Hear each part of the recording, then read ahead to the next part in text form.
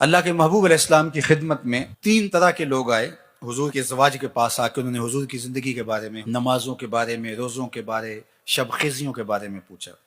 تو ازواج مطہرات نے بیان کیا. انہوں نے کہا حضور علیہ السلام کے تصدق سے تو حضور کی امت کے اگلے پچھلے گناہوں کو معاف کر دیا گیا، تو ہم تو اس درجے پہ نہیں پہنچ سکتے.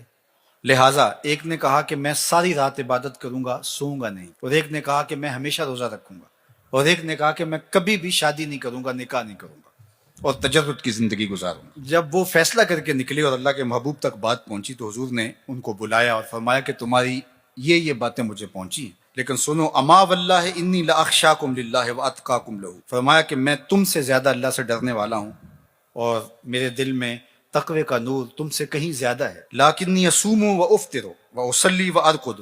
لیکن میں روزہ بھی رکھتا ہوں اور افطار بھی کرتا ہوں، نماز بھی پڑھتا ہوں اور رات کو آرام بھی کرتا ہوں. واتزوج النساء. عورتوں کے ساتھ میں نے نکاح بھی کر رکھے.